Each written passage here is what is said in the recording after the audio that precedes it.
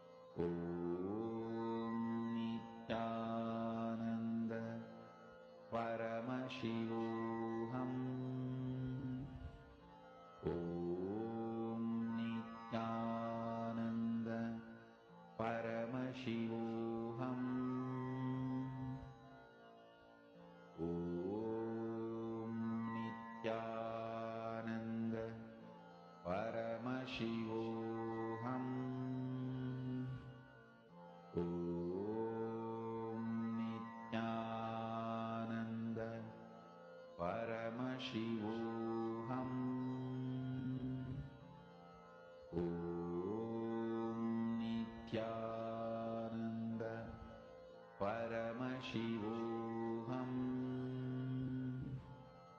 Om Nityananda Paramashivoham.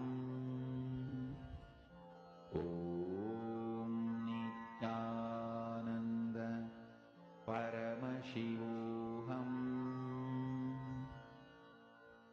Om Nityananda Paramashivoham.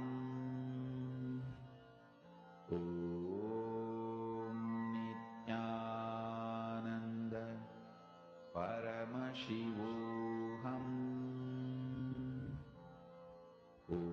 Om Nityananda Paramashivoham. Om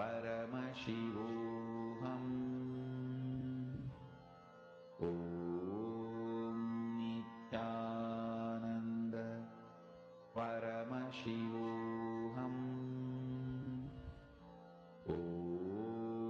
Nityananda Paramashivoham. Om Nityananda Paramashivoham. Om Nityananda Paramashivoham. Om Nityananda Paramashivoham. Om Nityananda Paramashivoham.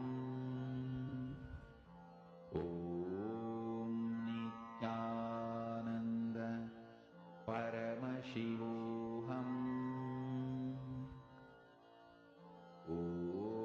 Now, as all of you are manifesting this power, right? We're going to be entering into one of the most important and one of the most beautiful segments of our day today. Please relax, you all can settle down. Talking about devotion, right? One of the most important expressions of devotion that happens in us. One of the most important expressions of the space of Advaita that happens in us is when we experience that state, that space of powerfulness, when we manifest connection with the divine. And one of the ways that we all always connect is prayer, right? We all experience that prayer, that space of oneness, that devotion when we connect to the divine. The way we all connect to the divine mostly, almost always, is through prayer, puja, prayer, and that is like that forms the basis of a relationship, correct? But that prayer itself, many times, we think when I pray to God, God is great, I am low, and the fundamental platform on which the prayer happens is always that. But is that what really prayer is? What is prayer? What is the right attitude to pray? We will now be listening to this most beautiful truth from Swamiji and preparing ourselves.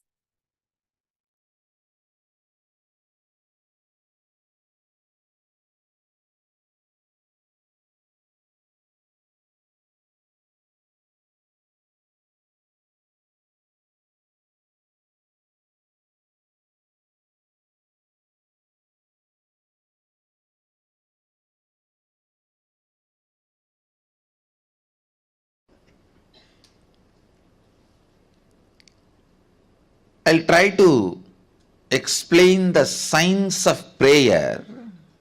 Usually, mind always operates from duality. If you utter a word, he is not good, means already you came to the conclusion he is bad. You can't take a stand, he is not good, does not mean he is bad. Let us stop with he is not good. You will never take that stand. As a natural flow, your logic is always taught. to take the extreme stance. The moment you hear the word, he is not good, immediately, he is bad. Understand, duality keeps the mind alive. Duality keeps the dilemmas alive.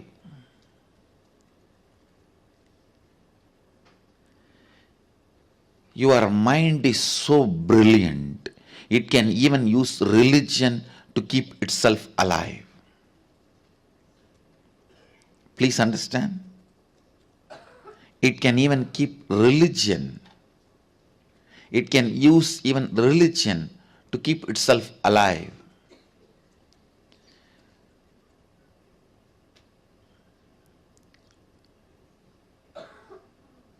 Prayer is one of the most misunderstood, abused concepts.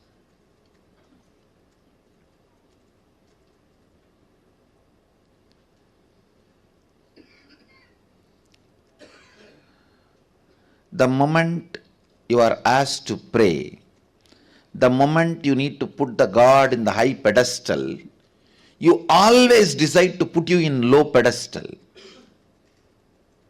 And in some stupid traditions, it is even celebrated as humbleness. No.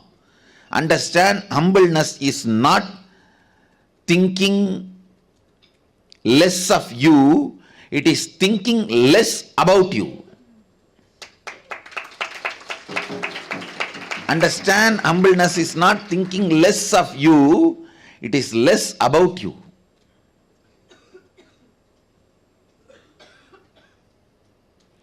Humbleness is not the image you have about yourself. It has nothing to do with the image you have about yourself. It has something to do with how many times you remember yourself. Stupid, one of the most stupid mistake humanity has committed, putting yourself down and thinking only then you can put your God up. No. Understand? Putting your God up does not really requires putting yourself down. Putting yourself down does not necessarily make you to put your God up. This is one of the very important truth you need to know. Please understand. I feel so blessed. The Vedic tradition, the Hindu tradition,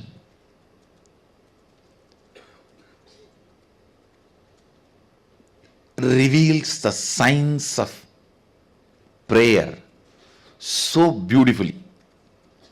Actually, this verse forms the basis of the celebrativeness of Hindu tradition. This forms the basis of the celebrativeness of the Hindu tradition. Even while you pray, you don't need to put yourself down or have a low self-inner image. You don't need to become a sinner to make God saint. God can be saint. You can continue to pray to Him. That does not require you should put yourself as sinner.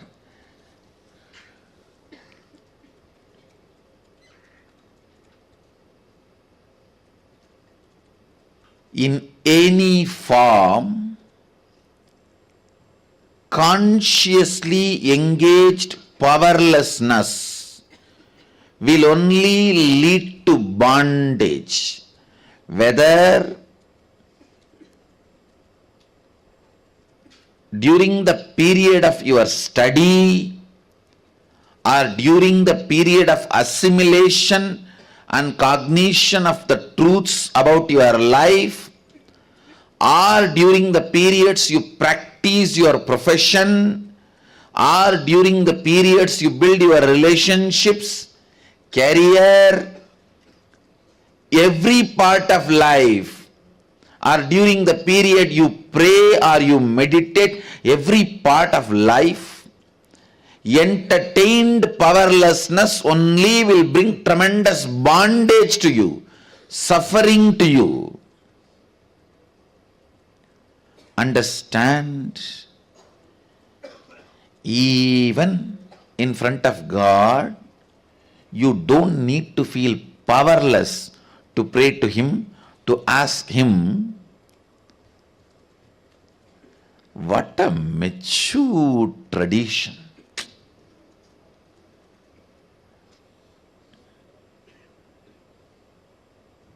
Even while you pray, remember, God is above,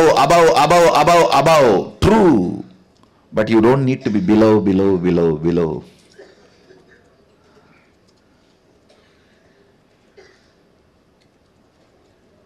You don't need to be below for the God to be above.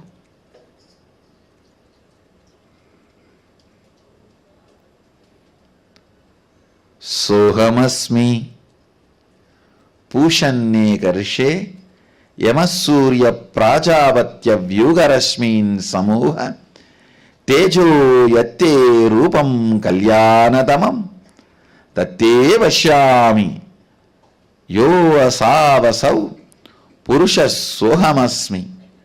Listen. So many of the stupid attitudes, aptitudes, cognitions you build, thinking that it is necessary to get the grace of the God, put yourself in the guilt,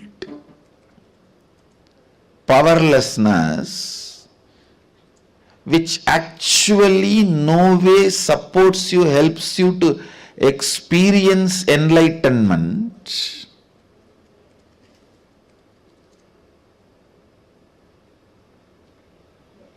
Or the higher consciousness.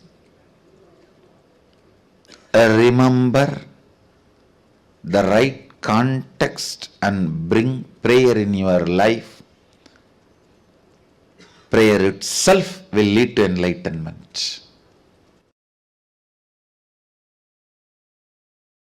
I only wanted to add these few ideas. Please understand.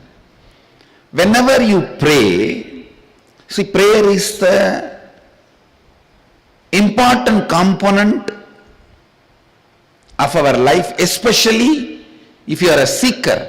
Just like breathing, prayer becomes very important part of you. Prayer just becomes you. Prayer becomes important. You.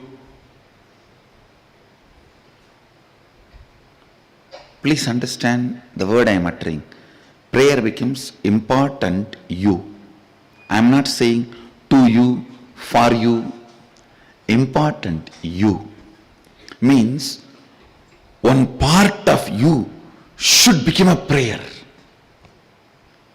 Prayer is very important component, very important part of your life, especially if you are a seeker.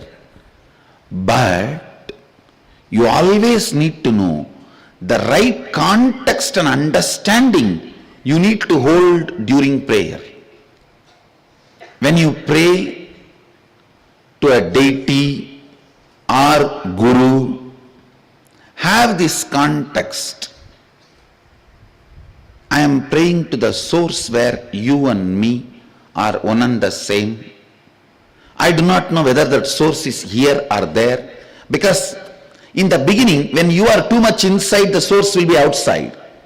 Slowly, when you start becoming lighter and lighter, the source will move inside. Please understand.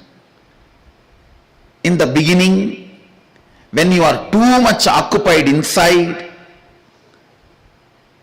the source where you and the Guru or God meeting, The source point will be outside because you are too much inside. How can the source be here? But slowly, slowly, when you become lighter and lighter, more and more have completion, the source moves inside. That is why I tell you, always pray to that source, O source, where you and me are one and the same. The Sohamasmi is the reality. I ask you, I do not know whether that source is now in Guru's being or in this body. It is based on the level of completion you have. If you have too much incompletion inside you, naturally the source will be on the Guru's being.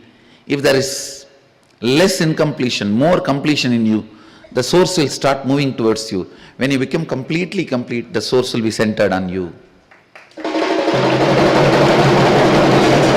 So, you don't even have to worry where the source is. Just say, oh, the source,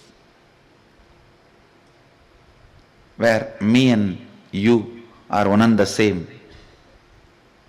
and make whatever you wanted. You can ask him and ask him, please make this into reality. You can also put a footnote. If something I am asking is not right for me, then give me the intelligence to develop myself. Or you can also say, even if it is not, you think it is not right, I want only this. No, you have a right. You have a right. All I am asking you is, have the right understanding so that that prayer becomes beautiful process for you to experience oneness, Advaita. Understand. Please remember, whether we understand or not, catch it or not, indeed, the reality is Sohamasmi. That is why the Upanishad uses the word indeed. Whether you got it or not yet got it. Sohamasmi, I am He. You can tell him, oh source, I feel bored of doing all this completion, this, that. I know you are intelligent and capable of making completion happen in me. Please make it. That is enough. It can be such a strong, powerful process for completion. And understand, never ever a prayer uttered from the right context goes waste or unheard. Never think, never doubt it goes waste or unheard. You can shake sun, you can move moon. You are not just a developed version of monkey. No. You are not just a developed version of monkey. You can move sun, move moon. Prayer from the right context will directly lead you to enlightenment without any of that feeling cheated. If you have wrong context about the prayer only, then you will feel cheated. Oh, I prayed for 10 years for this, He did not give me. When you pray from the right context, He may not have given what you asked, He would have given Himself to you. The truth, Sohamasmi, declared by Isavasya Upanishad, Sohamasmi, is waiting to explode. The truth is waiting to explode. Sadashiva is waiting to possess you. He is waiting to fill you. He is waiting to overflow. Understand?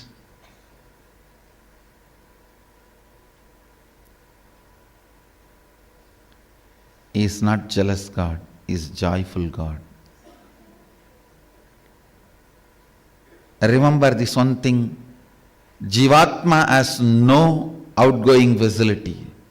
He only has an incoming facility. If you are having seeking, be very clear, it is call from the other side, not the call from you, because you have no outgoing facility. You only have an incoming facility. You can only pick up the call. You can't make it. You can't make the call. You can only pick up the call. Only Sadashiva can call. Understand this secret and declare with all your will, deeper and deeper, greater and greater, Sadashivoham, Sadashivoham, Sadashivoham. With this declaration, every time you declare, how much ever it is filled with self-doubt, self-hatred, self-denial,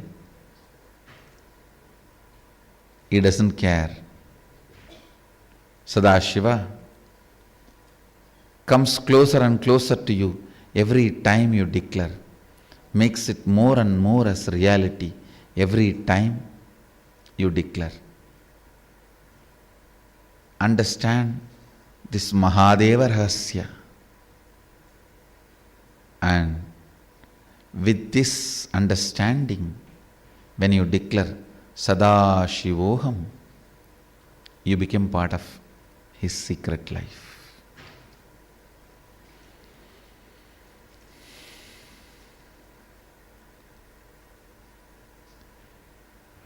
Nothing more actually need to be told.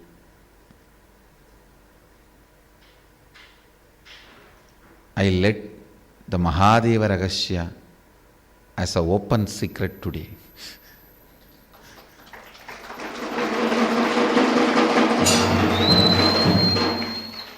Live it. Live it.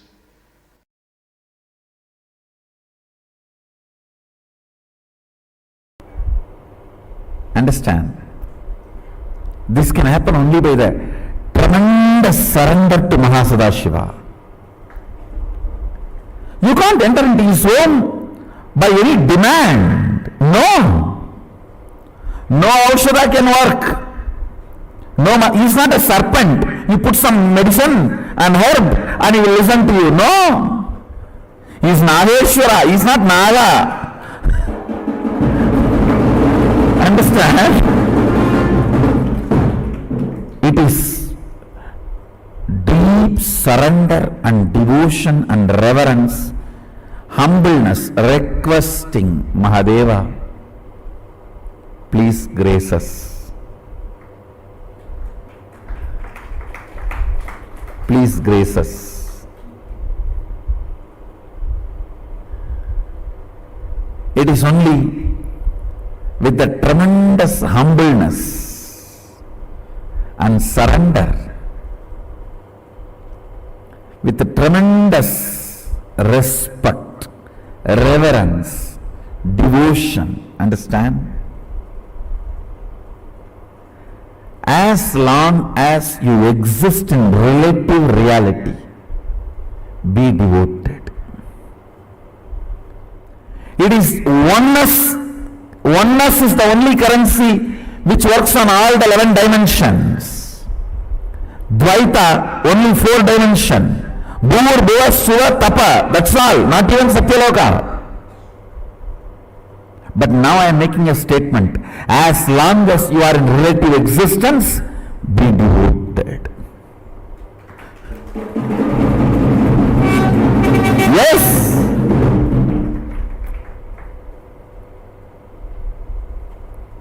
Your third eye should be penetrated with the truth of oneness, Advaita, Shuddhadvaita. But as long as you are in a relative existence means you are able to feel I and you, means first person and second person. As long as there is a first person and second person. See, when you decide to sit, manifest powers, oneness is the reality. Oneness is the truth with which you manifest powers. That's the ultimate truth. When you are operating in relative existence, be always devoted. Devoted even to your own oneness. Understand this word. Upanishad says, Soham asmi. Even when I pray, I am you. Even when I am you, even when we are one, I pray to you.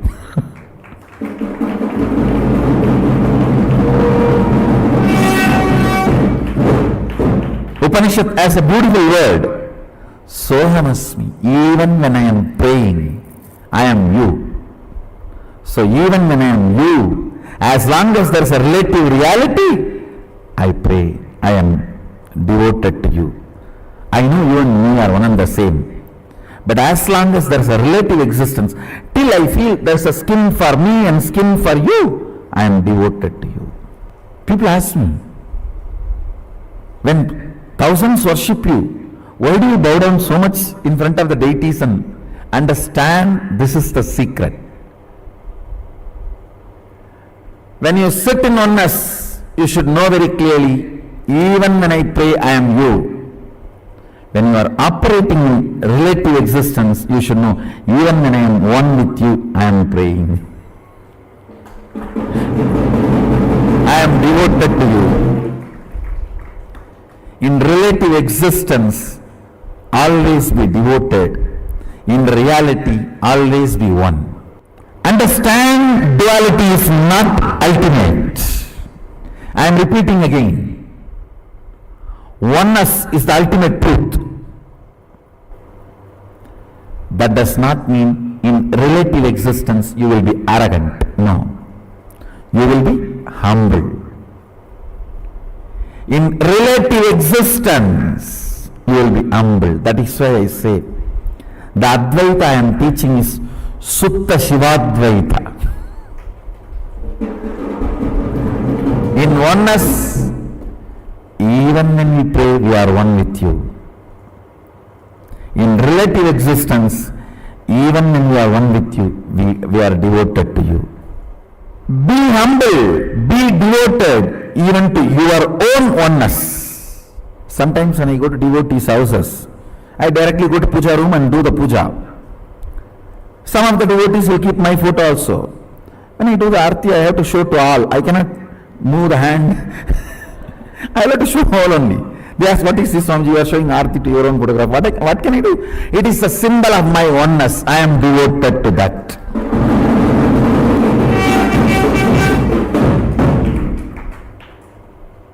Even I bow down to. See, you have both component. Your oneness, Shuddhatvaita, and your relative existence, to which you are going to be devoted, that is going to manifest in you more and more. That is going to be strengthened in you more and more.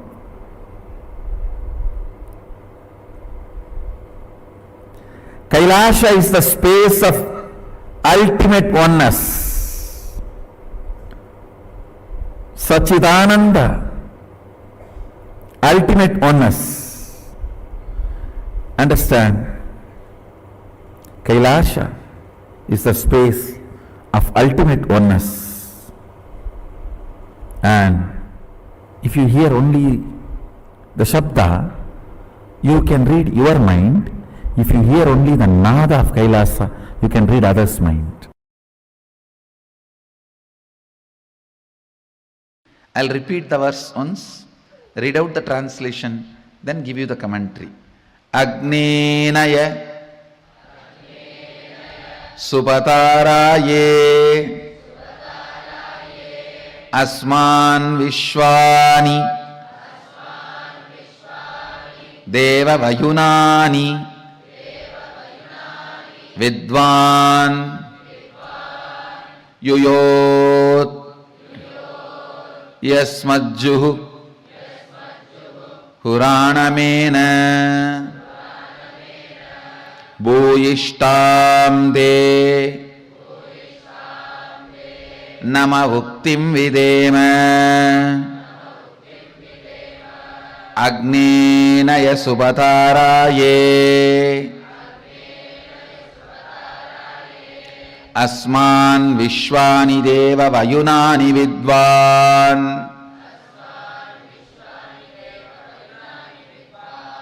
युयोत्यस्मज्जुहुराणमेन भूयिष्ठां ते नम उक्तिं विदेम.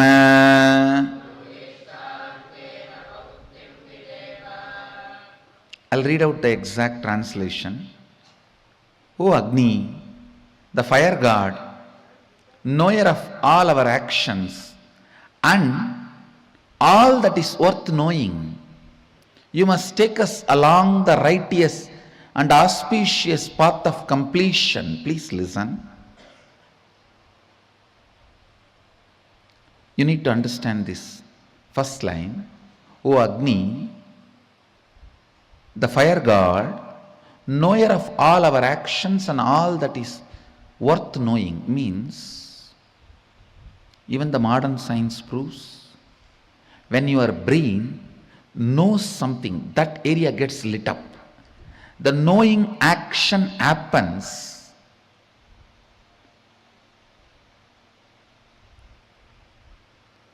when the fire moves into certain part of the brain.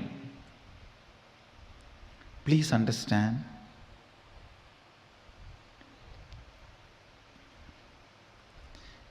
Everything may be there outside you. You will not know if the fire does not move in your brain. If the fire moves in your brain, only then you will know what is happening. So, fire is responsible for knowledge, knowing to happen in you.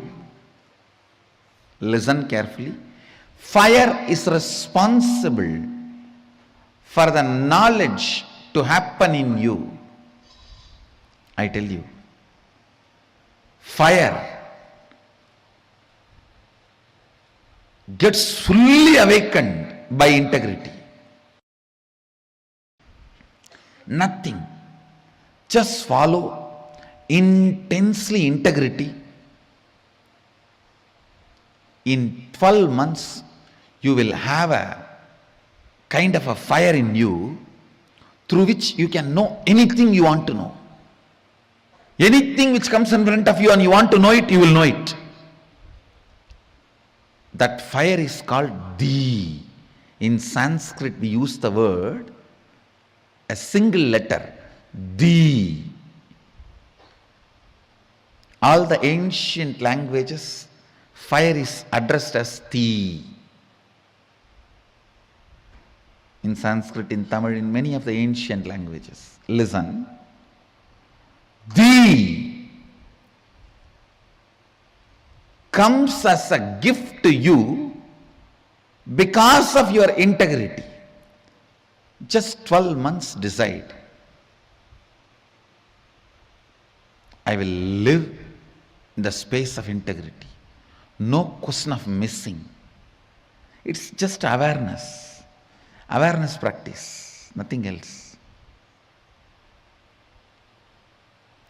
The Di will be awakened in your brain.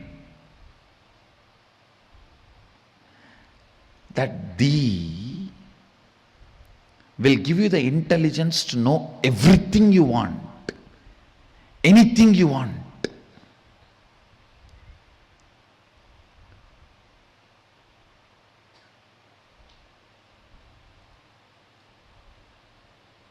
Here the Upanishadic rishis are addressing fire. Oh, the fire god, knower of all our actions, means only if the fire happens in different parts of your brain, knowing happens in you. Knowing happens only if the fire happens. So without the knowledge of fire, knowing cannot happen. Knowing is very closely associated with fire.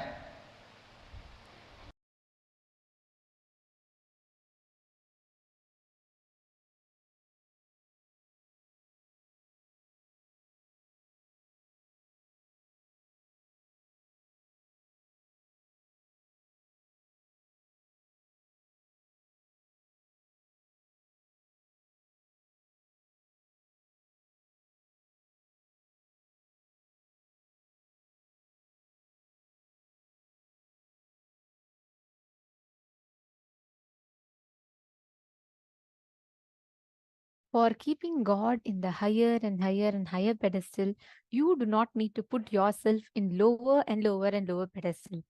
The essence of prayer. Swamiji had so beautifully given this to us, right? Okay, come on. Now, each of you tell me, what is prayer according to you?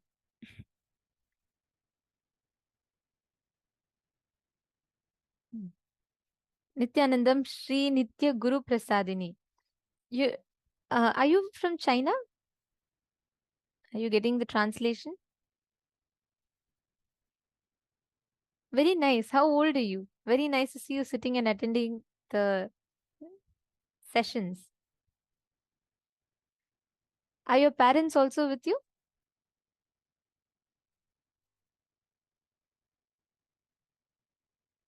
Okay, come on. Everyone else, please post what do you understand or what do you cognize as the real prayer, like what Swamiji explained. What is prayer according to you?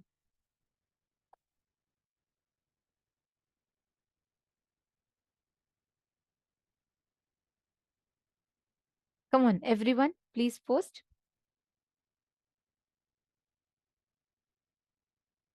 Prayer is asking for boons, Majun. Okay. Ma Dahanananda, Ma Susan. Come on, everyone. I see so many of you have put so beautifully. You all have enjoyed the session. Many of you have shared beautiful clicks through the program. But now, what do you understand as prayer? See, it is very, very important. What do you define as prayer? Because the concept of, oh, you are a sinner, God is a saint, does not exist in Hinduism. See, many times the so called religions, they all induce fear and greed. They institutionalize fear and use that fear to control us. They say, oh, don't do this, it's a sin. Don't do this, you'll go to heaven. Don't do this, you'll go to hell. First of all, there is no such thing as heaven or hell as we understand. It is only psychological states of existence, like Swamiji says.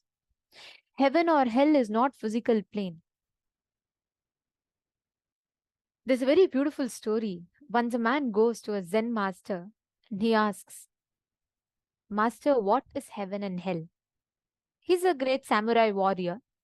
He goes to the Zen master and he asks, Master, what is heaven and hell? I want to know what is heaven and hell. The master looks at him and that he has that samurai sword and tied in his hips. So the master looks at him and says, are you a samurai warrior? He says proudly, yes, I am. Then the master looks at him and says, what kind of a warrior are you? You look like someone that can just be blown by the wind. And you look so funny. How can you ever be called a warrior? This man gets so furious. He puts his hand on the sword, takes it out and says, how dare you? And the master looks at him, smiles and says, this is hell. And the samurai realizes what the master says. He puts the sword back and he falls at the feet of the master and he says, Master, now I understand. Thank you so much. The master smiles and says, this is heaven. Hell and heaven are psychological states of existence. But many times, unfortunately, the society that we are in continuously institutionalizes fear and greed under the name of religion, and we are controlled by that. Don't do this, you will be punished. Do charity, you will go to heaven. Swamiji said a very beautiful line when Swamiji, people come and donate, right? Some of them say that, Swamiji, I want to do all charity to the Adinam so that I will get place in heaven. Swamiji says, first of all, Swamiji will never entertain anyone who comes and gives it as a charity for going to heaven. Swamiji says there's no such thing as heaven. And second, even if heaven is there, Swamiji is not its gatekeeper to decide who will go in and who will not. So see, we just need to understand most of our actions are driven out of either fear of not going to hell or greed of going to heaven. But both do not exist. And you know why this is connected to prayer? We all So subconsciously, subtly, we all constantly run behind this. And every single time you put God in a higher pedestal, that is not wrong. To put God in a higher pedestal, you don't need to put yourself in a lower pedestal. In Hinduism, the concept of you are a sinner does not exist. No, in nowhere it is told you are a sinner. The first line that Hinduism starts with, it says, Shrinvantu Vishwe Amritasya Putraha. Means, listen to the whole world, O sons of immortality. Means, we are all celebrated as the manifestations of divine. Please understand the concept of prayer, you connecting to the divine, most of the time happens as a bargaining method. It happens as you bargaining with the divine. And it cannot happen that way. You cannot bargain with the divine. And at the same time, just to make the divine feel high, you don't need to put yourself low. First of all, there is no such thing as high and low. It's a very westernized way of thinking. There is no such thing as someone is greater, someone is lesser. What you exist, the space that you exist is oneness. That space, that state of oneness is divine. And that is a state that all of us exist in eternally. So when we say prayer, when we say connecting with the divine, it is not limited to our understanding or our idea of the divine. It is much beyond. It is where you connect to your own highest possibility. Every time Swamiji comes to the darshan, that's what Swamiji says, right? Swamiji says, I am a reflection of your highest possibility. That's the only thing we need to know and that we need to connect with. So every single time that we are all stuck in the space of impossibility, low inner image, or you try to say that the whole thing is not happening properly, oh, God is responsible for this, I'm a sinner, how can I put all this? Each of this, understand the cognition with which you operate in life, the way with which you see divine matters, because that's the way lens through which you're going to measure yourself. So Swamiji had very beautifully summarized it to us, right? Now, let us take a few minutes to analyze what Swamiji had revealed to us in this very profound and important session. When Swamiji said, the last line of Ishavasya Upanishad, which declares, Krato smara kritagum smara, means remember again and again and again. And every time discover yourself that you are consciousness. You exist as that consciousness. That is a space in which all of us exist in. So now, every single time you are going to ask something, Swamiji will tell a very beautiful, very funny joke actually. See, many times in India, right, especially in Tamil Nadu and all, this there'll be people who will set, actually most of us do it. We do the prayer with God more as a trading business, like business trade. So you give me this, I give you this. So it's like you tell in Indian villages and all, or like in towns, you'll see they'll go and say Ganesha, they'll go to the Ganesha deity and they'll say, look, make me pass in the exam, I'll break 100 coconuts for you. It's a tradition. We break coconut in front of Ganapati. So they'll go and put that as a deal. If they pass an exam, they'll break coconuts in front of Ganesha. But if they fail an exam, they'll break Ganesha itself. See, all our relationships, the idea of with God, it'll only be either in a boss and employee level, or some saint and sinner concept, as long as we think we are separate from God.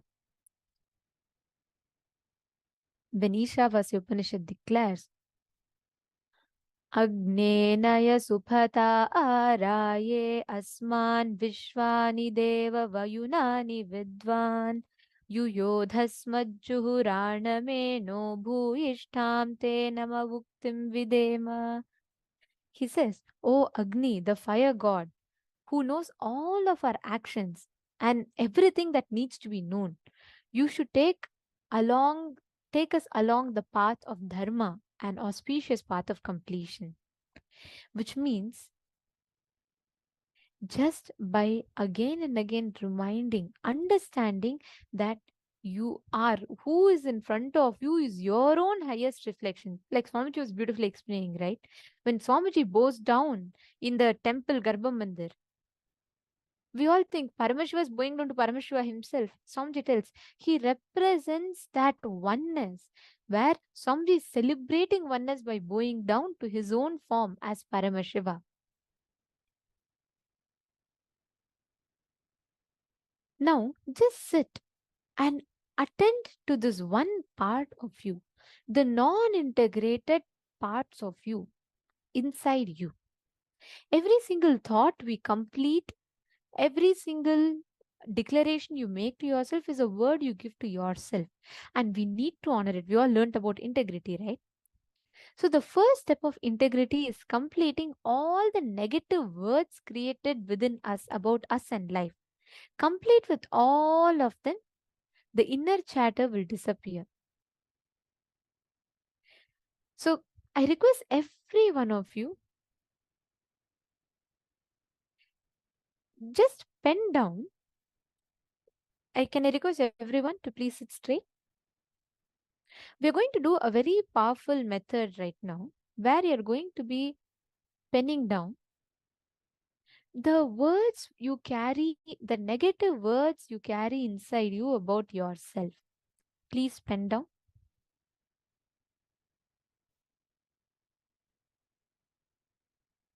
Please take a few minutes.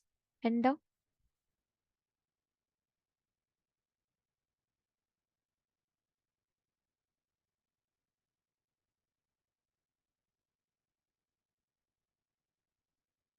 Pen down all the words inside you that you carry about you, all the negative words. Like for example, I'm not very good at this, or I'm a very unintelligent person, I'm a very corrupted person, I'm a very immature person. Whatever words that you carry inside you about yourself, please pen down.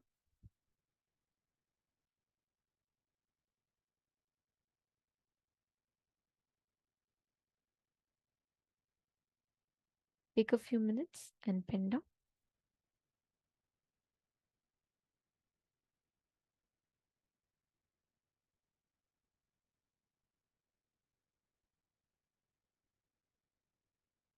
We are going to do a very powerful process which will completely align the words that we carry about ourselves inside of us, which will create the right platform to pray.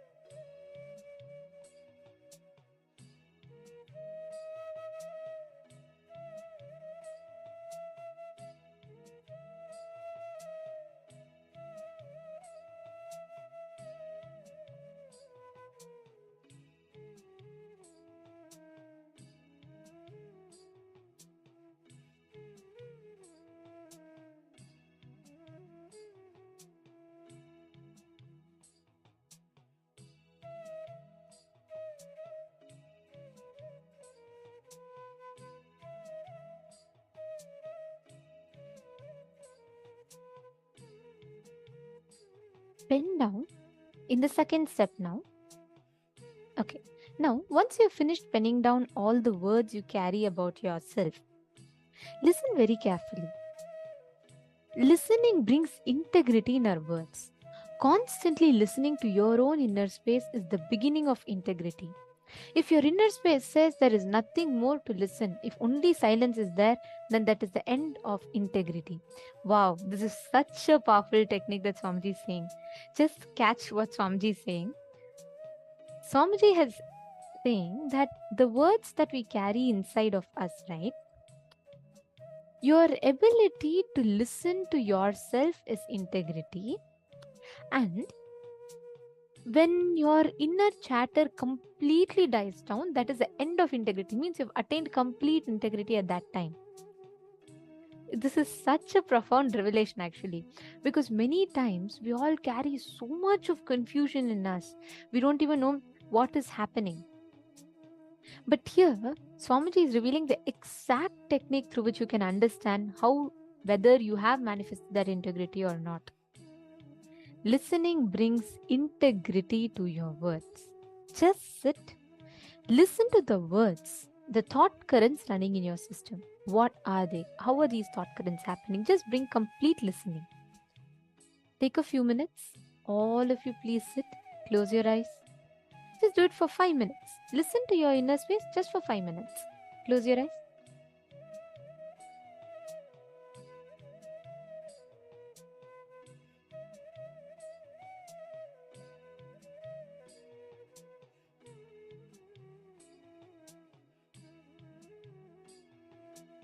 Bring complete listening in your inner space and listen to all the words, the vocabularies, the thoughts running inside of you.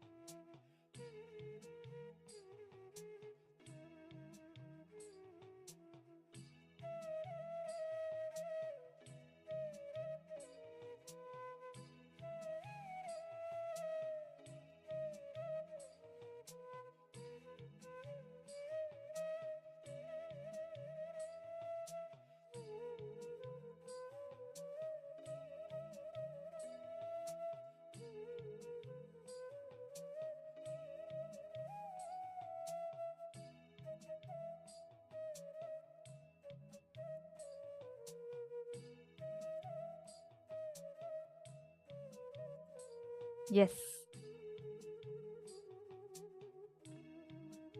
Okay, please relax. Please relax. Okay, tell me one thing. How many of you noticed when you listen to your inner space, your the inner chatter that goes on has completely reduced? How many of you noticed that? Whenever you listen to your inner space, you just feel like the whole inner chatter that was happening in you has completely died down. And you feel like so much more settled with your inner space. Yes, okay, Ma Susan, Ma Vishok are all saying yes.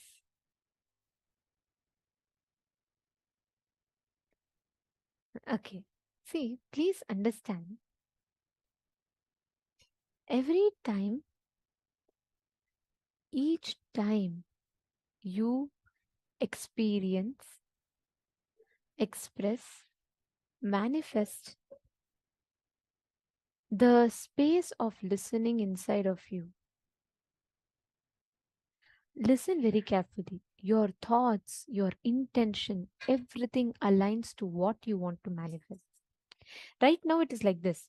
There is one part of you that wants to go left, there's one part of you that wants to go right, there's one part of you that wants to go straight, and each one is pulling you in different directions.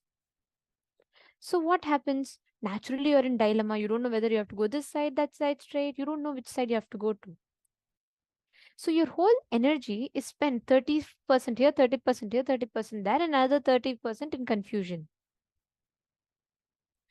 So understand, every time you need to manifest something, integrating your inner space is important. Whenever you pray, that's why people pray to manifest something. Like we always pray, we say, God, please, I want to manifest this. What happens is when you pray, you come to that absolute listening with the understanding that I am He is me. When you come from that understanding, then automatically all your parts of you gets aligned and you manifest what you want. That is the science of manifesting your reality through prayer. If you just understand this, you will understand how you can manifest that experience. So please understand, each time you need to do something, come to the space of listening in your inner space. And now, with that listening, you will be able to manifest yourself even in other places. That is why we are manifesting the power of Kamacharitvam today. Okay? Now, let's do one thing. I am going to be having one object here in front of me. That could be any random object that I want. You're going to be scanning and identifying what object is it that I'm having in front of me. Ready? Come on. Every one of you sit straight. All of you, Ma Shobha, Ma Jennifer, Ma Sallananda, Ma Lalataksha, Ma Slesha Delvi, Ma Sangeeta, Ma Vishoka. Come on. Everyone sit straight. You're all going to be scanning and identifying.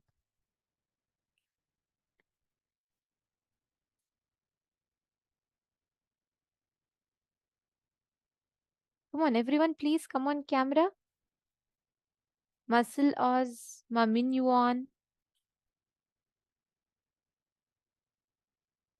Nityanandam, Ma Fatima Dehestani. All of you are going to be scanning. Ma Sangeeta Arunachalam, Ma Kamolika. Let's do 2-3 rounds, okay? I could have any different thing, but something I'm holding in my hand, right? And it could be anything. So, what am I holding in my hand? What is it that you're seeing? You're all going to scan and identify what object am I holding in my hand. And the technique is very simple. Listen very carefully. You're going to be coming from the space with intention to manifest. What you need to do is you need to come to that listening inside of you, and you need to completely unclench. There should be no thoughts inside of you. You're just going to scan and identify the object that I'm having in my hand. Okay, so I'm keeping an object in my hand. Yeah. So, what object am I holding in my hand? You're all going to be scanning that.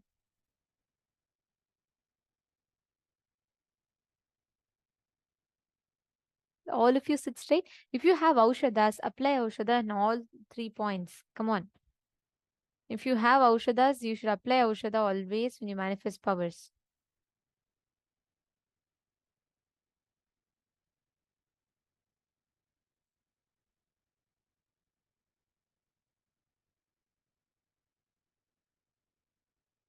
Sit straight. Please scan.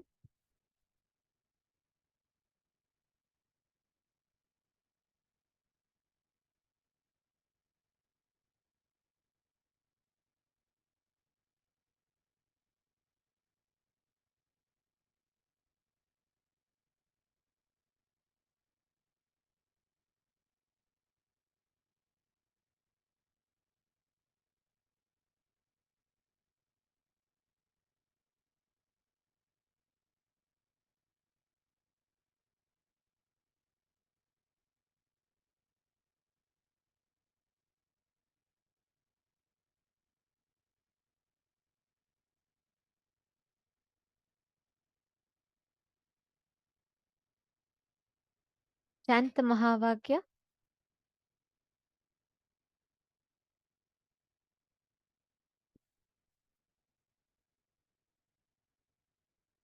See, you may sometimes see it as just like some colors, or sometimes it may even appear to you as pictures, or you will even remember your own object. It doesn't matter.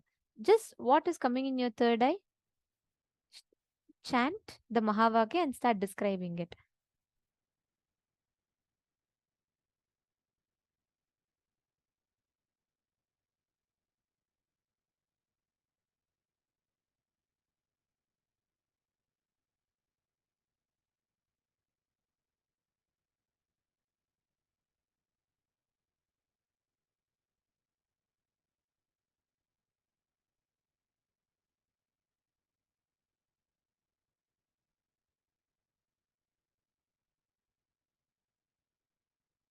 Chant the Mahavakya. Can I request all the participants to please apply Aushadha? Always see, when you apply Aushadha in your third eye, it literally awakens all the points inside of you that needs to be manifested. All the nadis, energy centers is awakened so that you experience that Kundalini Shakti, which will help you in manifestation, which will enhance your manifestation.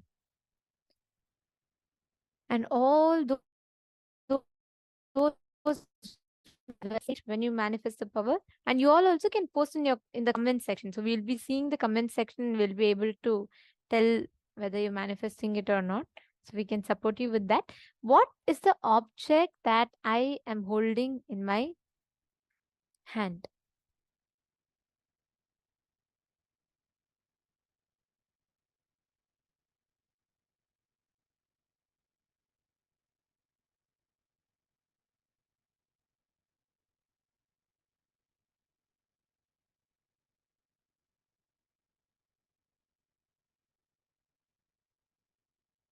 And the Mahavakya. Keep posting whatever you're seeing. Keep posting it in the chat.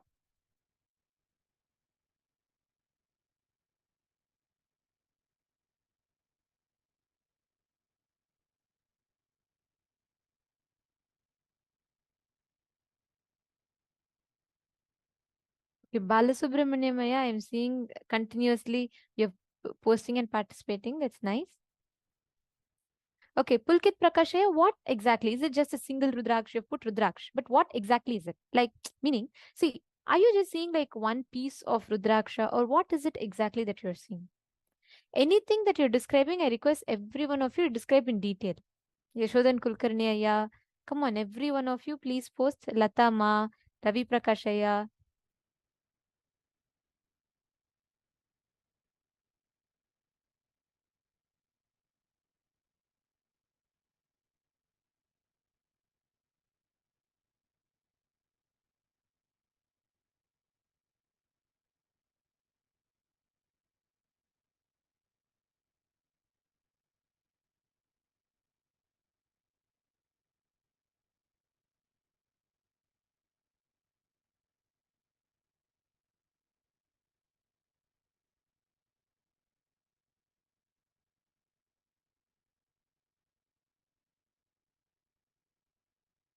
Malata, Malata, see, don't worry at all. See, please understand, just sit here. Language is never a barrier. Swamiji எப்பொழுதுமே சொல்லுவாங்க, நான் வந்து ஆம், ஒரு மனிதர் தனிப்பட்ட மனிதரா உங்கள்ட்ட பேசல, உங்களோட பீயிங்க்கு தான் நான் பேசுறேன். அதனால பாஷை முக்கியம் இல்ல அப்படின்னு. So don't worry. நீங்க உட்காந்து you just listen to it. See, even if you don't understand, especially Swamiji's words, they are directly spoken to your being. So don't worry. And I'm so happy, despite no, not having a language barrier, you're sitting through and you're attempting to listen and learn. That's beautiful. We also have Tamil translation available on Zoom. You can join in that.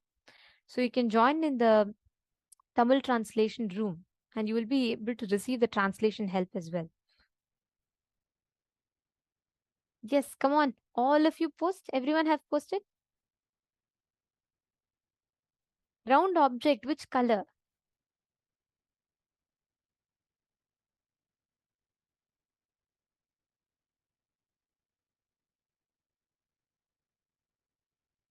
Some of you are putting every possible item that you can guess.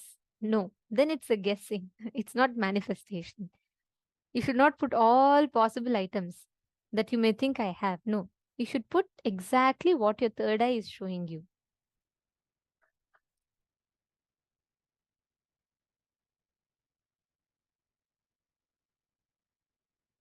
Okay, Ma Mary Jacqueline, what object is it? Green color you have put. That's nice. What object exactly is it?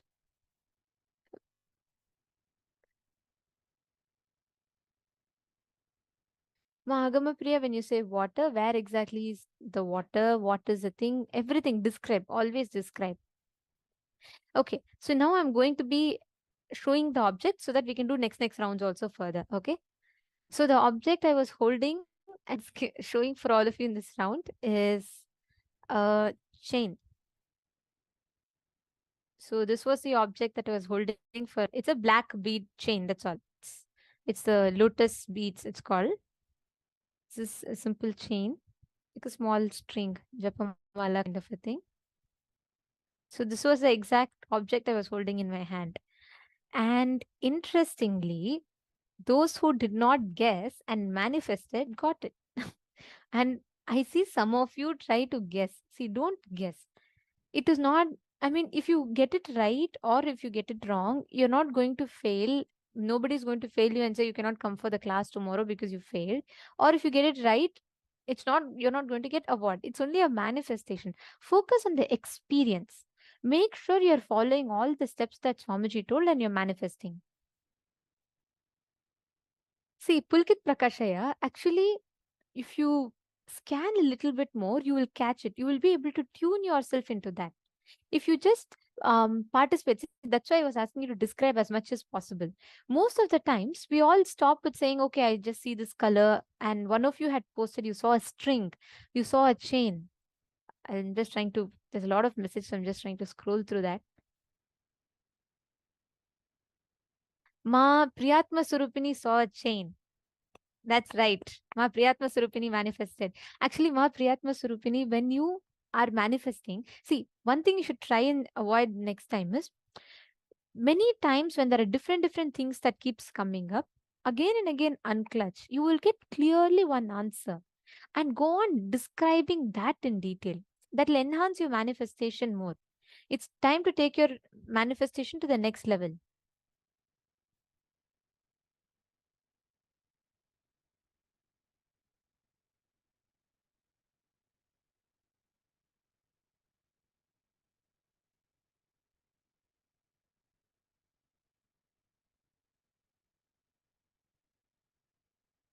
Yes. See, Ma Chetana Patel, that's what. You're saying it actually showed it was dark for you, but you were not able to catch it. That's the key, right? You should describe that you're seeing dark. If it was just black, you should just say black. Actually, that was the color. Maybe that's what your third eye showed you. See, it starts with, I'm not saying it is perfect. It will come perfectly in the first time. I mean, it will. No doubt about that. But it starts with you manifesting, first starting to interact with the third eye and start getting comfortable with it. Start playing with your third eye. Start becoming comfortable with your third eye. That's the key. Catching it. Okay, shall we all do one more round? What was it you're asking? Ma Sonia Rao, it is just a chain, ma. Just like a black chain. That's all.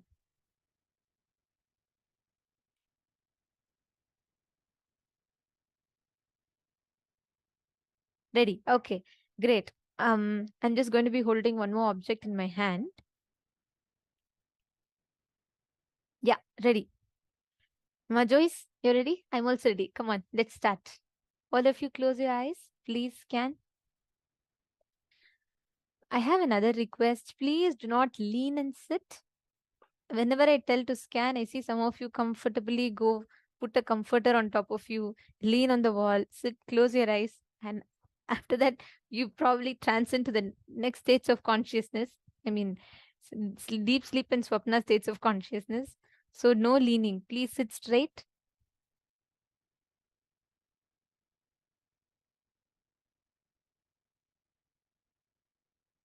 Always keep the place well lit such that it makes you feel fresh. Don't keep it prepared to fall asleep. But on another note, jokes apart, another note, I see so many of you through your night, you're all sitting and participating fully. And that too, it is not like once or twice. I see you all sit through the day. So it's very, very beautiful to see that. That just shows how committed each of you are all for your journey of enlightenment, for your Paramashivoham experience.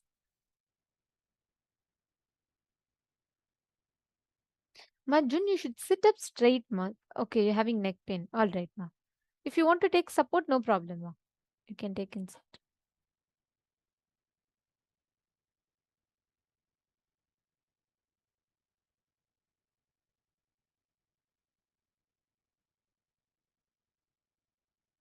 Okay, I'm holding another object. Come on, scan. Close your eyes. Please close your eyes.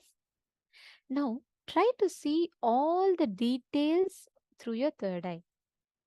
What exactly is appearing to you in your third eye? See, scan, identify all the details. Punidanaya, Sumit Agarwalaya. Sumitaya, see, close your eyes. Sit straight. Do you have the energized Aushadha? Can you apply that? In one of the previous days, the Swamiji had energized turmeric, right? If you have that, apply it.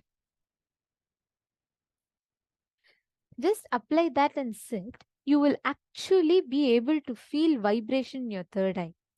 If you are experiencing that kind of a particular sensation in your third eye, that means you're actually manifesting through the third eye. So just sit with that space and manifest intensely.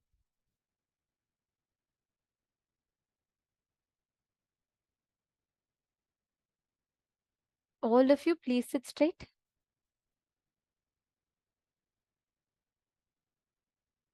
Danielaya, where is Hugo? I don't see Hugo. Is you Hugo also there? He can also scan and put.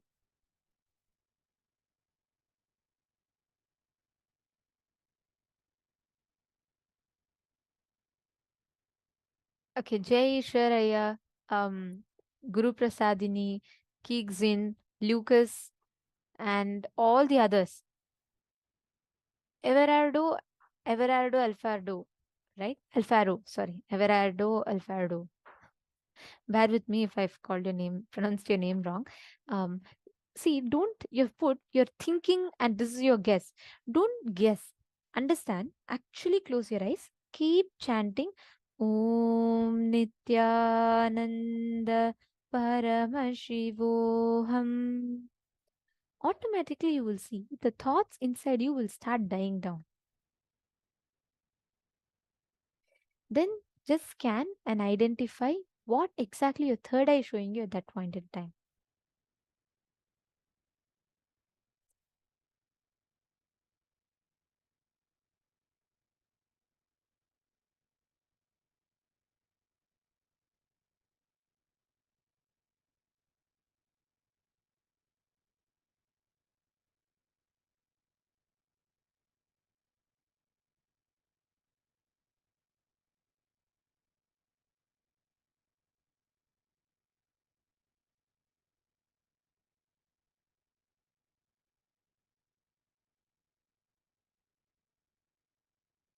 And chant the Mahavakya.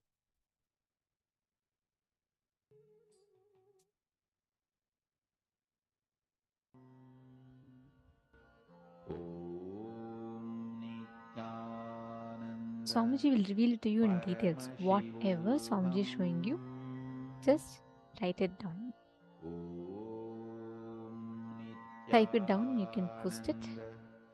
Paramashivoham. Om Nityananda Paramashivoham.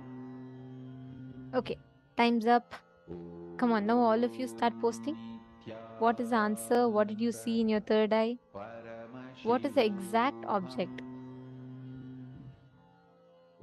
You should put the shape, color, and type of object and the material out of which it is made.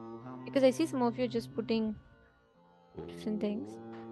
Nityananda Paramashivoham.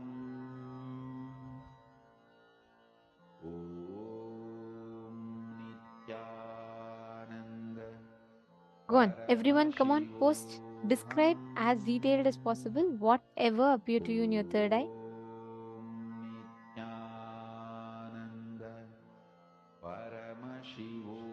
Okay, Ma Durga Devi, just close your eyes and continue to scan. Just sit and continue to scan. What else are you seeing? Try to scan more.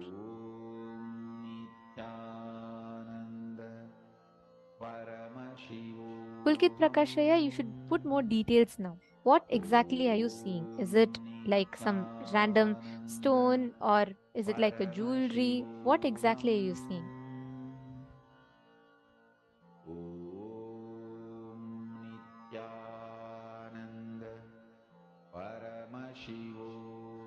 Come on, everyone, please describe, post it. Ma Hiranmayi.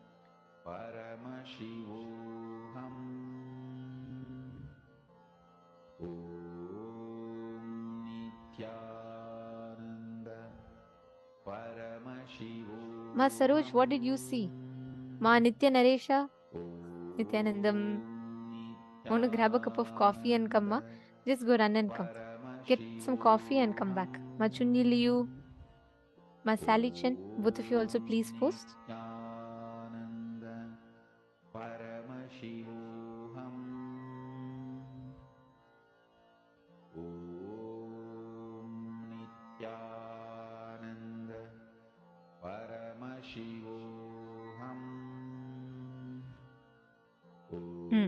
Okay. Shall we verify now?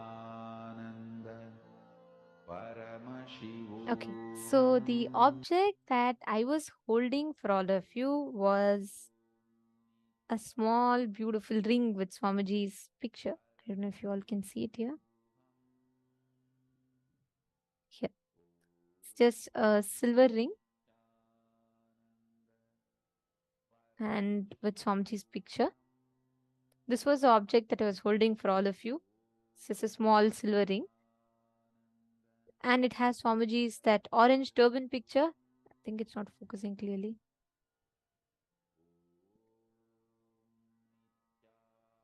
Yes. This was the object that I was holding for all of you. And the interesting part is, Susan, you scanned the first thing you had scanned. Oh, sorry, my Diana's pillar. The first thing you posted is you saw a round and hard object. That's right. That's spot on. That is ring. And you put it almost instantly. So,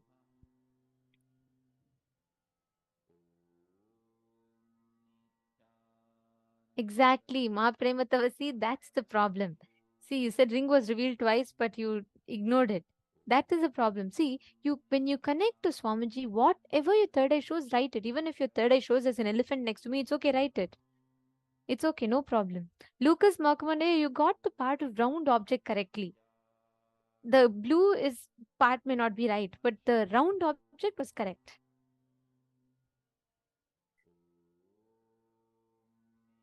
And Lucas, I think, no, sorry. Everardo Aya has posted ring. But was it for the previous round? I think it was a previous round.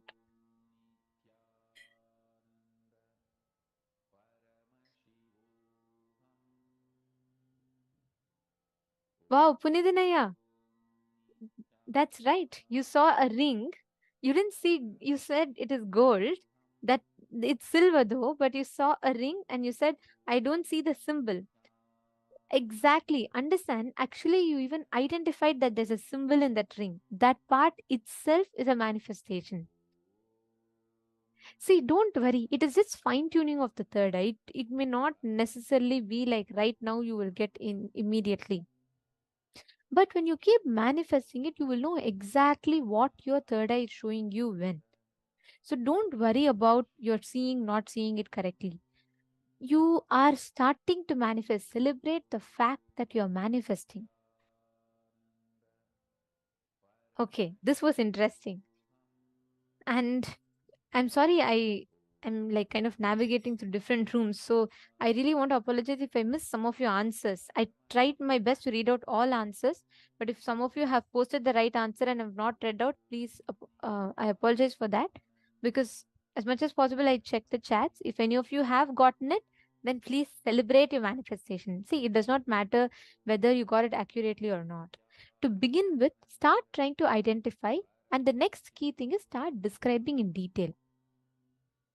And Ma Durga Devi, all the objects that you have, Ma, Aushada, mandalas, inner awakening, whatever Swamiji has given, get all of that and sit for the manifestation. Okay? Then it will enhance your manifestation, the experience even more. Ma Durga Devi Lata. Okay. All right. So very, very shortly, we'll all be entering for the darshan preparation. So now we're all going to be entering into the next session of our day, where we're going to be learning about Paramadvaita, the experience of ultimate oneness. This is what prayer leads us to. Let us listen to the revelations now.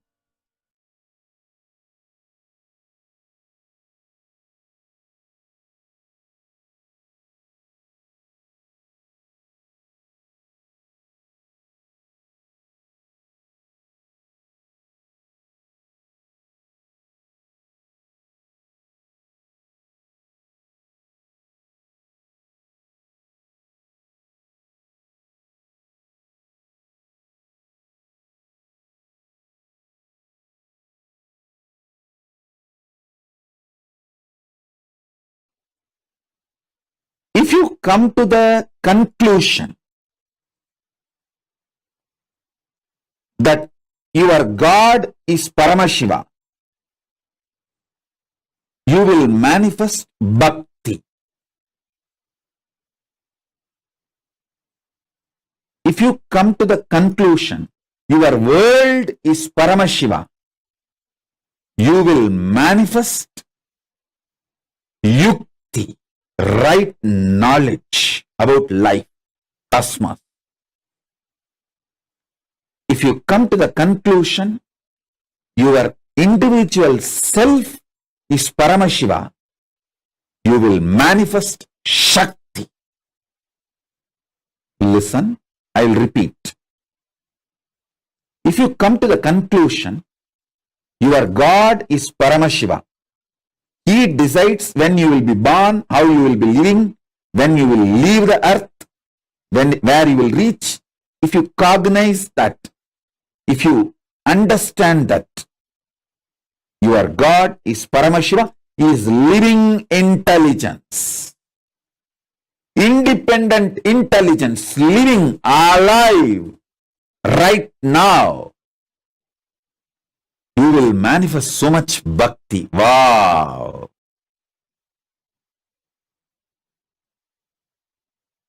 If you understand this whole world,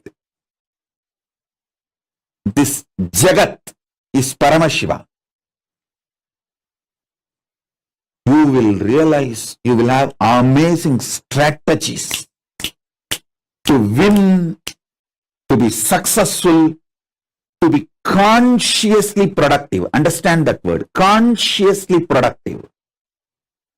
Success is not winning over others.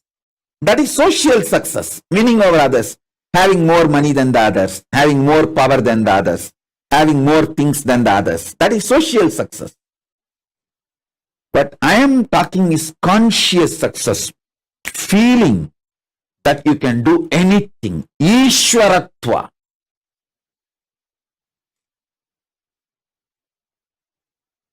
That comes to you when you know this Jagat is Paramashiva. Yukti, amazing Yukti. Anything you see, you will just know the strategy to deal with it, live with it. When you come to the conclusion, your soul, Jiva, is Paramashiva, you will just manifest Shaktis. Listen. Knowing Ishvara, your God is Paramashiva, makes you manifest Bhakti. Knowing this world, universe, Jagat is Ishvara, Jagat is Paramashiva, makes you manifest Yukti. Knowing yourself, Jiva, individual, is Paramashiva, makes you manifest Shakti. Knowing your Jiva, your Ishvara, your Jagat, knowing your Jiva, your Ishvara, your Jagat, all the three are Paramashiva, is Paramadvaita. That is what I call Paramadvaita, manifesting Shakti, Bhakti, Yukti. Listen. Knowing your soul, individual Jiva, is Paramashiva, your Jagat, world, is Paramashiva, your Ishvara, God, is Paramashiva. Knowing all the three are Paramashiva is Paramadvaita. Listen. Listen to this truth. Every word I am uttering, even if you intellectually catch it, you will be liberated so much. You will have so much liberation. Listen. I'll repeat. Cognizing your Jiva, individual self, is Paramashiva, makes you manifest Shakti. Cognizing your Jagat, world, is Paramashiva, makes you manifest Yukti. Very powerful strategies for conscious success. You will have social success also, but conscious success, you just know how to deal with everything. And if you cognize your Ishvara, God is Paramashiva, you will manifest Bhakti. Understand? Realizing your soul, Jiva, Jagat, your world, Ishvara, your God, all three are Paramashiva, is Paramadvaita. That is Paramadvaita.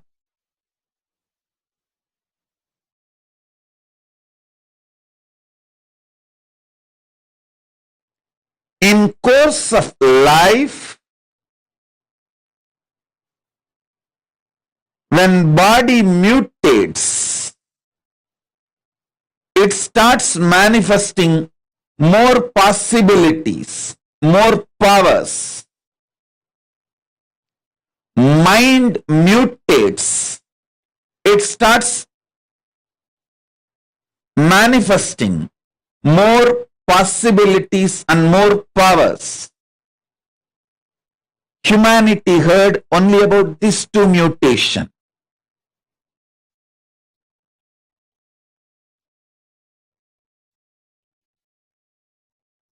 Humanity heard only about physical mutation and mental mutation. But Hinduism knows this cosmic science of conscious mutation and superconscious mutation. Conscious mutation means realizing you are more than your body, your mind. You are more than the length, breadth, depth, time, space, dimensions.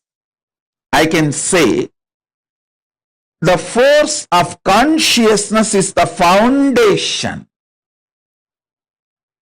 of gravitation force, electromagnetic force, nuclear force, and strong nuclear force.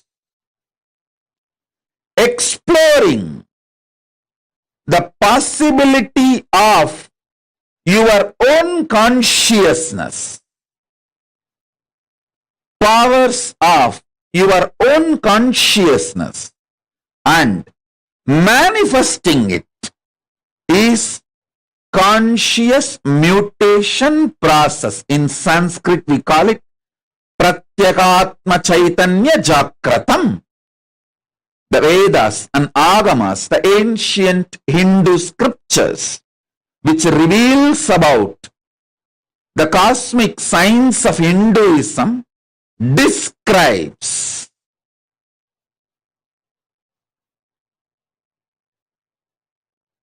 conscious mutation as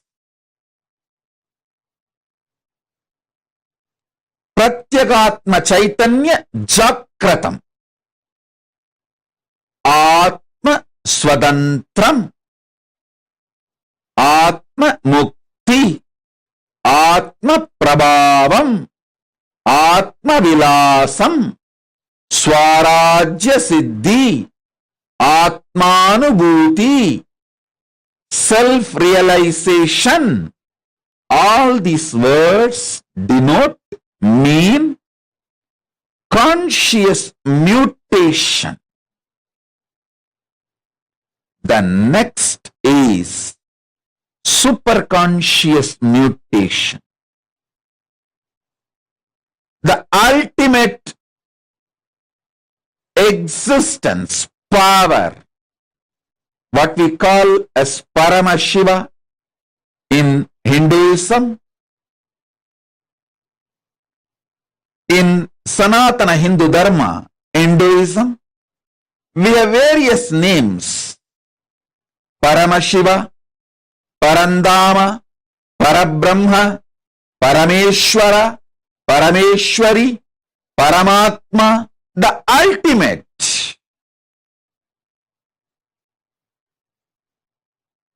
That superconsciousness entering into individual consciousness of you, your individual consciousness, and mutation happening, you manifesting. That superconscious mutation is the ultimate, we call it moksha, ultimate liberation, Paramadvaita Anubhuti. In Sanskrit, we use the word Paramadvaita Anubhuti, ultimate oneness. Hindu tradition, Sanatana Hindu Dharma is focused on this superconscious mutation, ultimate oneness. Just physical mutation and mental mutation happens in the lower planes of the universe. But conscious mutation, superconscious mutation happens in the higher planes of the universe, vertical time zones of the universe.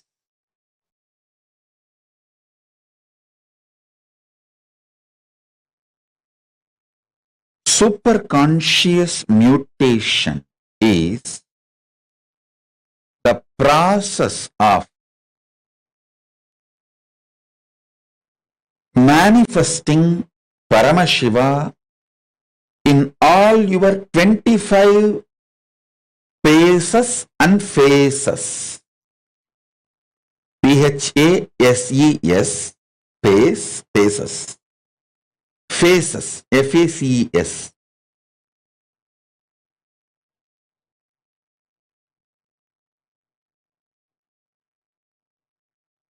All of us have 25 different dimensions which functions spontaneously, simultaneously, without getting confused with each other. Listen. Your ability to put your body in autopilot mode, like your heart beating itself, blood purifying itself, liver functioning itself, digestion happening on its own, logical thinking, cognizing happening on its own, emotional processing of how you feel about others and yourself and situation, the emotional cognitions happening on its own. If you just look, 25 different dimensions of you is independently functioning spontaneously, simultaneously, synergetically. So understand, your logic, which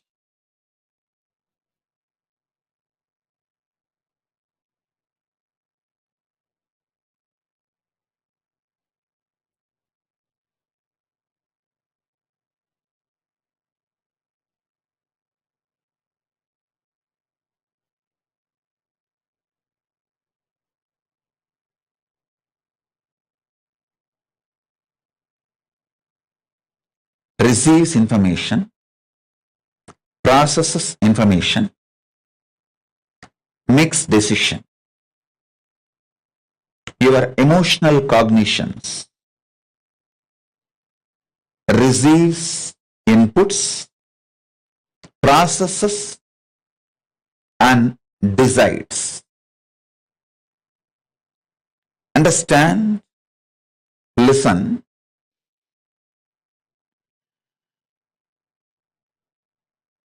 Your core cognition, how it projects itself to others, and how it feels about itself, and how it is. All these 25 different dimensions of you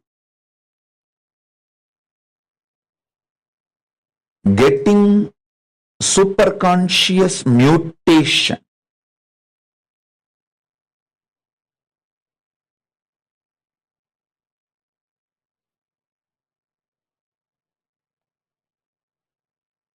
through the initiation is the process I am doing right now for all of you. Listen.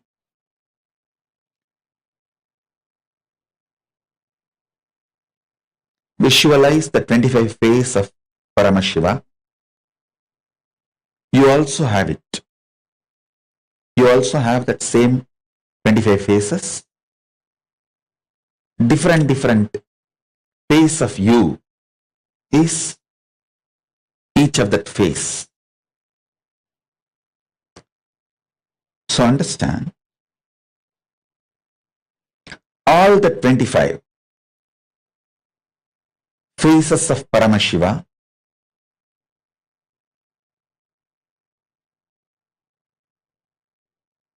manifesting in you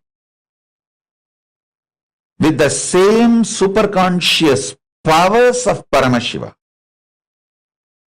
is the purpose of the initiation I am doing now, right now. The core phase of Paramashiva is exactly what he is.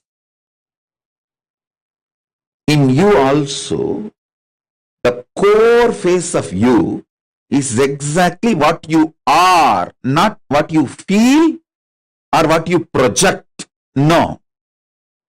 What you feel as you are is different than what you are. What you project as you are is different from what you are. The core of what you are and the core of what is Paramashiva is made to feel Paramadvaita oneness during this initiation. I have experienced in the parallel universe what is Paramashiva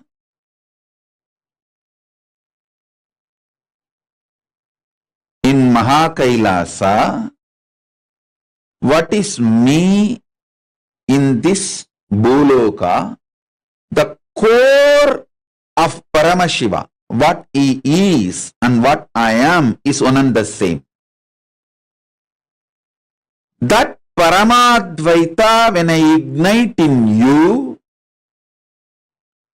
through the initiation, all the different dimensions of Paramashiva, all the 25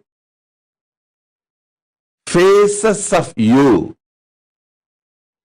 starts getting awakened, starts manifesting. The Paramadvaita,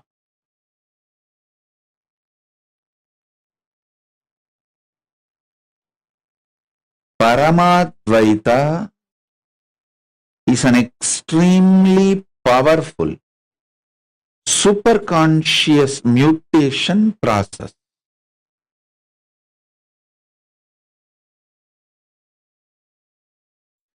When I renounce all my expectations about you, you flower into me. When you renounce all your expectations about me, you manifest in oneness with me. Paramadvaita happens when you renounce all expectations.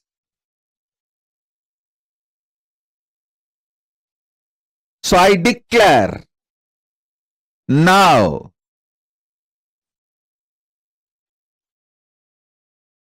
as a living manifestation, Paramavatara of Paramashiva, I renounce all my expectations about all of you.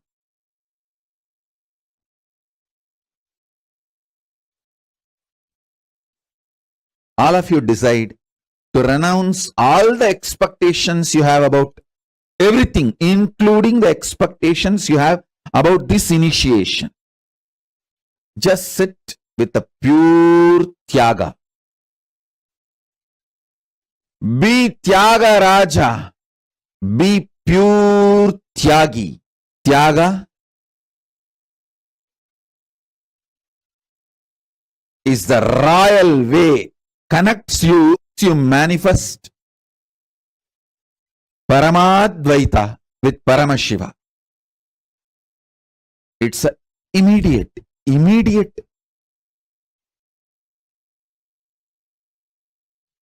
way of manifesting the superconscious mutation.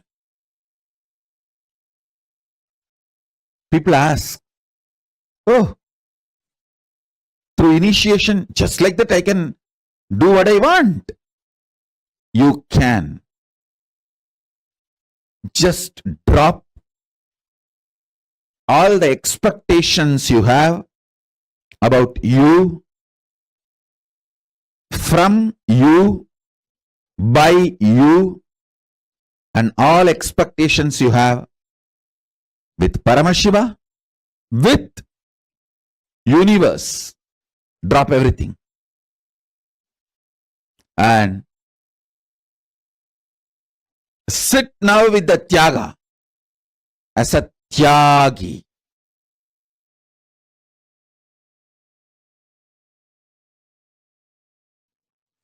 Conscious decision to surrender triggers synergetic parallel universe experience of Paramadvaita in you with Paramashiva. Listen. Exhaling is a synergetic trigger for inhaling. Synergic means energies which are in sync and acts, reacts, responds because they are in sync with each other, even if one part is triggered. Listen, synergy means energies which are in sync, which acts, reacts, responds, even if one part is triggered, because they are all in sync. Like example, intense exhaling is a natural synergetic trigger for intense inhaling. Same way, intensely if you inhale, you synergetically trigger the intense exhaling. If you intensely exhale, you synergetically trigger intense inhaling. If you intensely inhale, you synergetically trigger intense exhaling. Conscious decision to surrender. You intensely, simply, synergetically, spontaneously, simultaneously trigger Paramashiva to manifest in you in Paramadvaita. With whoever, to whoever you consciously decide to surrender. You synergetically trigger that being inside your being. So the Paramatma, Parabrahma, Parandama, Parameshwara, Paramashakti, all these put together and more. Paramashiva Paramburul, the ultimate, decide to consciously surrender to that ultimate. You spontaneously, synergetically, simultaneously, intensely, concentrated, focused way, you trigger Paramashiva to manifest Paramadvaita in you because we are in synergetic sync.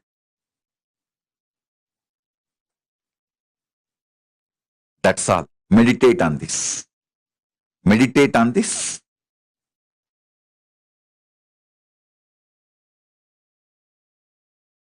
Paramadvaita and Saranagati Paramadvaita from the space of Paramashiva, Saranagati from the space of you, both are parallel universe, synergetic, spontaneous, simultaneous trigger. When he triggers Paramadvaita Anubhuti, you experience Saranagati. When you trigger Saranagati, he experiences Paramadvaita Anubhuti. When you trigger Saranagati, he experiences Paramadvaita and he triggers more Saranagati in you. And your more Saranagati triggers more Paramadvaita in him. So, end of the day, Paramadvaita and Saranagati merges into one and becomes one beyond oneness.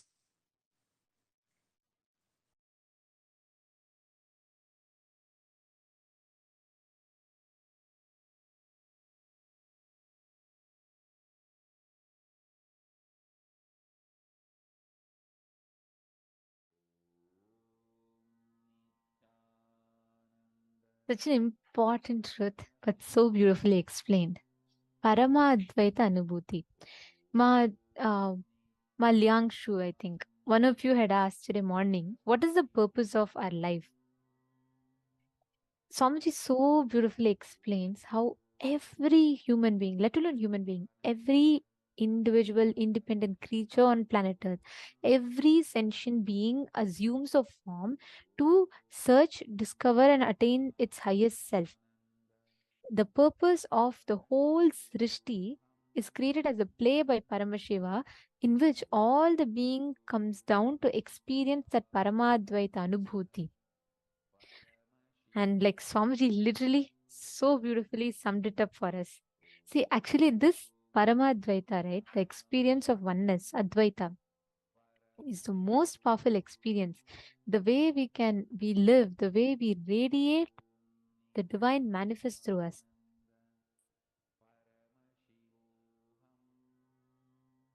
There are so many different stories, like tons of stories, how the experiences of Advaita has been.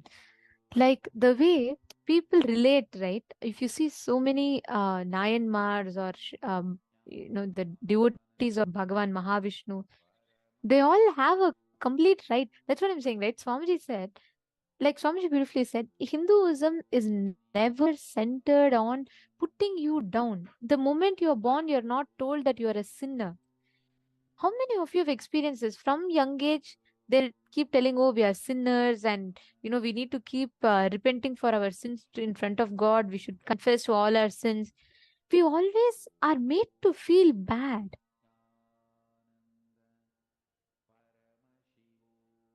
And all the time, we keep putting ourselves down with those lower identities that we carry. But if you see our great enlightened masters, like so many people, if you see the whole Dasa Sampradaya literally means like servant of God. But the way they experience will be very different. And all of these songs, if you notice, the way they sing, it will have so much of oneness. It will not be, oh, I'm a poor man. Why are you coming and giving darshan to me? No. It will be, oh, Devi, I am declaring and I'm calling you. Please come and manifest. There's a very beautiful song where Susan Solandra is saying, yes, part of the enslavement matrix system. Always told I was cheeky to my mom. Always culpability. Okay, each of you posted. See, understand, in the name of religion, we are all being driven from fear and greed. Please understand, it is neither fear nor greed that will help. It is just you understanding, experiencing that Paramadvaita as the ultimate purpose of your life, which means experiencing, understanding that you are in oneness with the divine. That is the purpose of our life. I'll tell you a very beautiful story. It is a story of Abhirami Bhattar. He tells, like, I'm just telling it very short. Basically, a king comes and sees him, he's meditating. In his samadhi, it's a Amavasya, means no moon day. But in his state of samadhi, he's seeing Devi's smiling face in his being. King asks him, "What tithi is it today?" He says it is Purnima. The king is surprised. He's saying, "Are you saying it is Purnima? Today is Amavasya and it's a very special Amavasya. Are you saying it's Purnima?" Then he says, "Yes, yes, it's Purnima." Then the king says, "Okay, are you sure it is Purnima?" By now he gets irritated since he's in Samadhi. He just says, "Yes, it is Purnima. Moon will come. Go now." The king feels infuriated. Then he says, "Okay, by today night, if the sun is not coming, then I will put you alive in the burning pyre."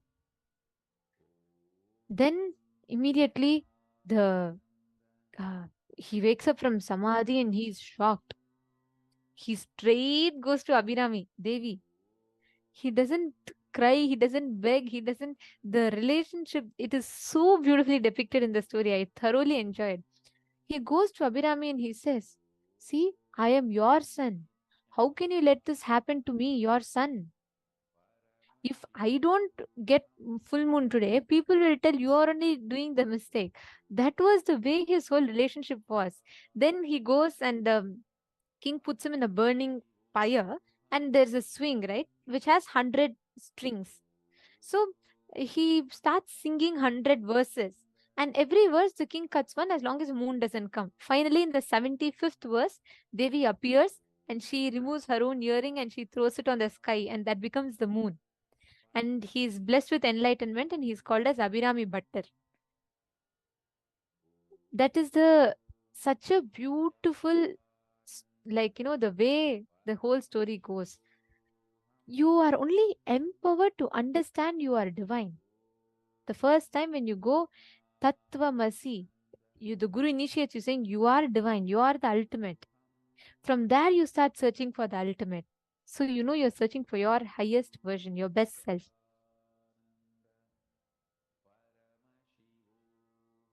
That is literally the experience, that is the powerful space, the blissful space that Hinduism offers us. And that is what Swamiji is so beautifully gifting to all of us.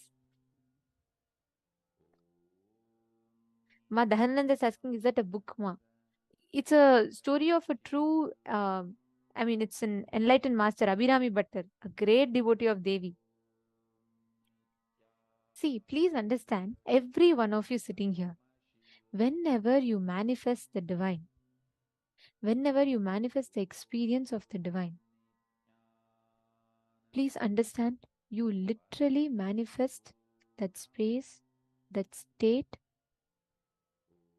and you manifest that ultimate oneness with the divine itself. It's a very, very powerful, that is a source of prayer. You pray to experience that divinity. You pray to connect that divinity. Now, I request every one of you in this space, Paramadvaita can only be experienced. You cannot tell about it. I cannot tell how sweet honey is. If I just come and feed you a little bit of honey, you will know. You will just experience it. That is what is Advaita. You can never describe how special Advaita is. You can only experience it. Now, all of you sit, every one of you, manifest that experience of Advaita. Just sit, connect to Swamiji.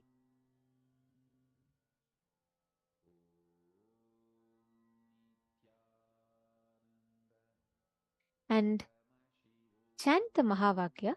Each of you just declare that Paramadvaita Anubhuti.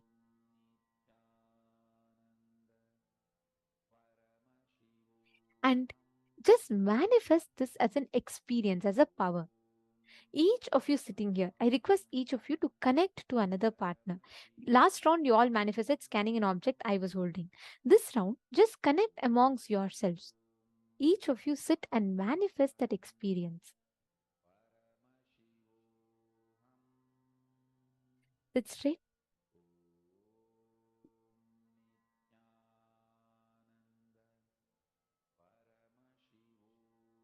And please chant the Mahavakya. Connect to Swamiji.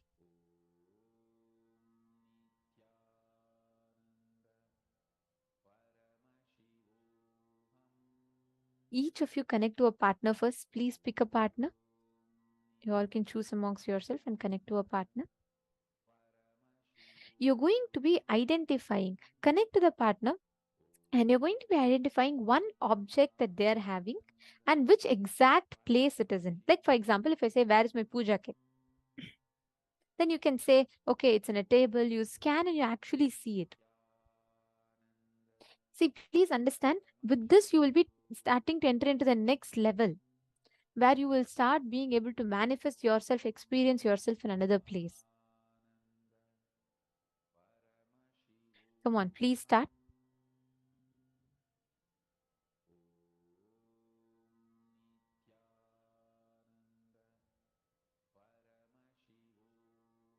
Please chant the Mahavakya.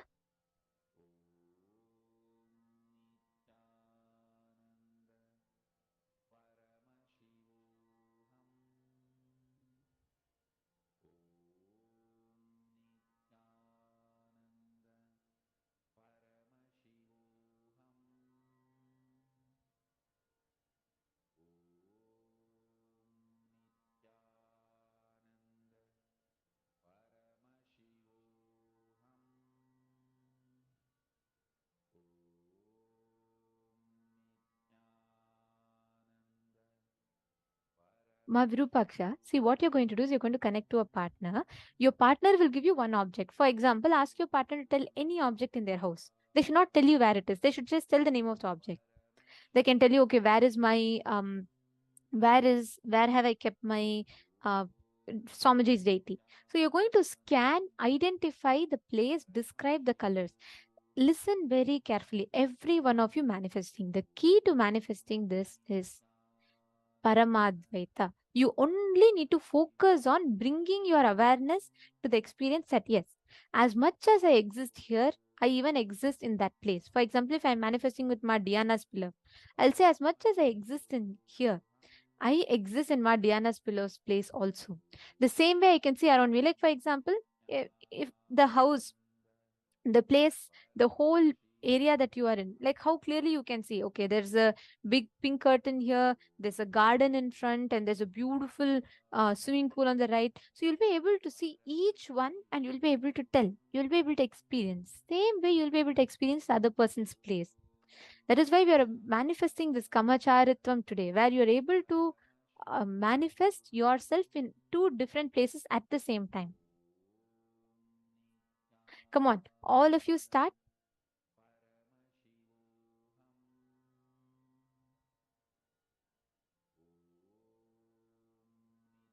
Chant the Mahavakya.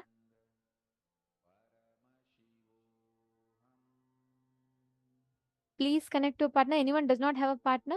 In YouTube, Pulkit Prakashaya and Lyada and Ma Bhaktivasya. Okay, you all can actually partner. Even in YouTube, just the person above you who's commenting, each of you partner with each other and do it. See, it is not at all difficult. It is very, very, very easy and simple. Just connect to the other person and ask them to give you any object that they want. The key here is you experiencing Paramadvaita, means where you are not experiencing your existence as anything else other than Paramashiva. Consciously bring that in you.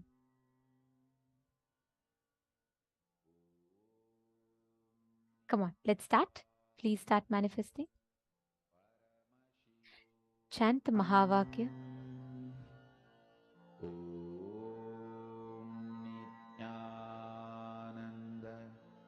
Paramashivoham.